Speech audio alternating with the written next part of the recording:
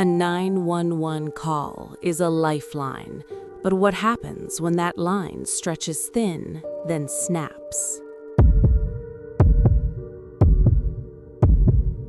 Our first call is a story of heartbreaking proximity. In the spring of 2018, a 16-year-old high school student named Kyle was a typical teenager with a busy life in Cincinnati. On an April afternoon, he drove his family's older model minivan to his school's parking lot for a tennis match. He never made it to the court.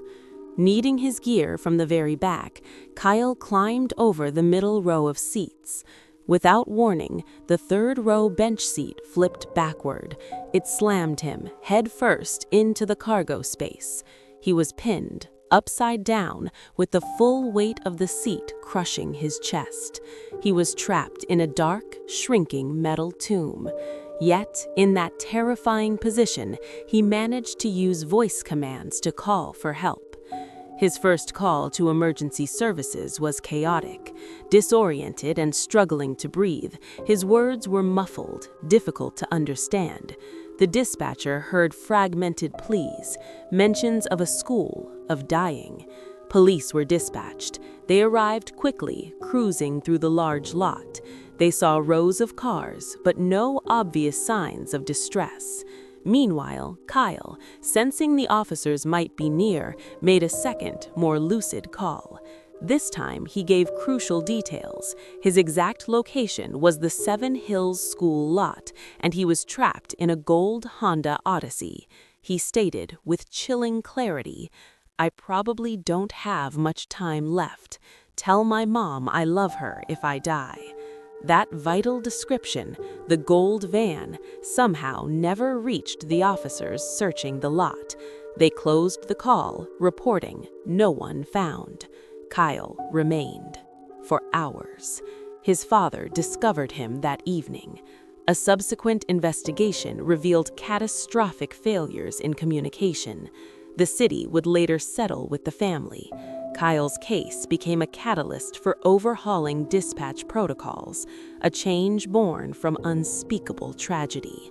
Sometimes the most important message is the one that never gets delivered.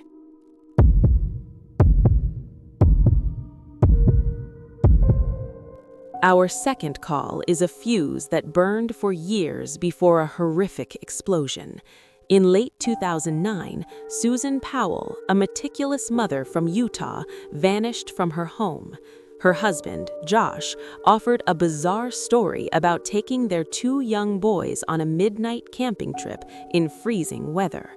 Susan, he said, was homesick. She was never seen again. Her purse, phone, and coat were left behind. From the start, nothing added up. Josh was evasive, his story inconsistent. Scratches marked his skin. His minivan showed traces of blood. But with no body, police were limited. The investigation uncovered a deeply disturbing family dynamic. Josh's father, Stephen, had a documented obsessive fixation on Susan. Josh himself was emotionally cold, controlling, and seething with resentment.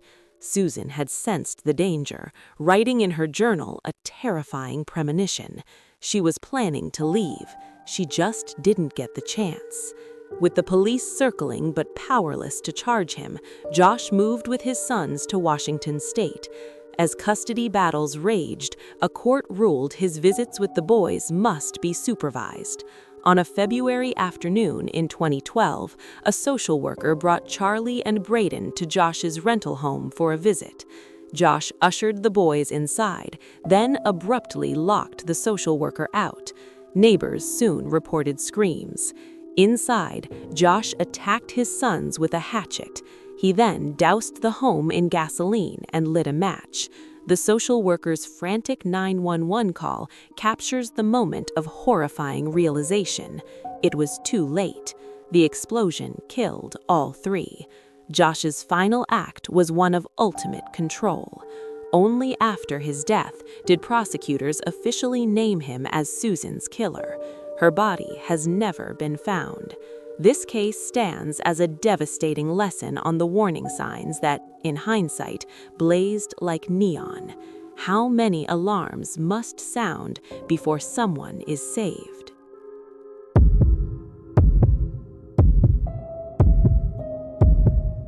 Our final call is one of agonizing stillness. Loretta was a 76-year-old woman in Florida, recovering from surgery and reliant on a walker. She lived alone. On a November night in 2018, fire broke out in her home. Trapped and immobile, Loretta did the only thing she could. She dialed 911 and stayed on the line. For over 20 minutes, she spoke with a dispatcher, her voice remarkably calm as smoke filled her house. She explained her situation with precision. She was alone, on her walker, and could not get out. You can hear the sirens arrive in the background of the call. Help was there, but then nothing happened. Fire crews were on scene, equipped and ready, yet for 8 critical minutes, no one entered the burning house. A devastating chain of communication failures meant many firefighters were unaware a living, conscious woman was inside. Protocols about crew safety were followed, while the exception for a known life in peril was not enacted. On the phone, the dispatcher continued to reassure Loretta. Her voice grew weaker, her breaths more labored. At one point, she whispered, "They know I'm in here, right?" It is an almost unbearable question. The firefighters finally went in, but it was too late. Loretta had succumbed to smoke inhalation. The tragedy was compounded when it was revealed a fire captain had filmed a Snapchat video of the blaze while Loretta was still inside. Public outrage was immediate. The incident prompted sweeping reforms in fire department communication. The greatest distance in an emergency is the few feet between a procedure and a person. These calls are stark reminders of human fragility and systemic fallibility. They leave a permanent mark on those who hear them. If this exploration into the weight of a desperate voice resonated with you, please support the channel with a like. It helps Winds of Thought continue to share these important, if difficult, narratives. In the comments, reflect on this. Which failure, communication, intuition, or protocol feels most haunting to you?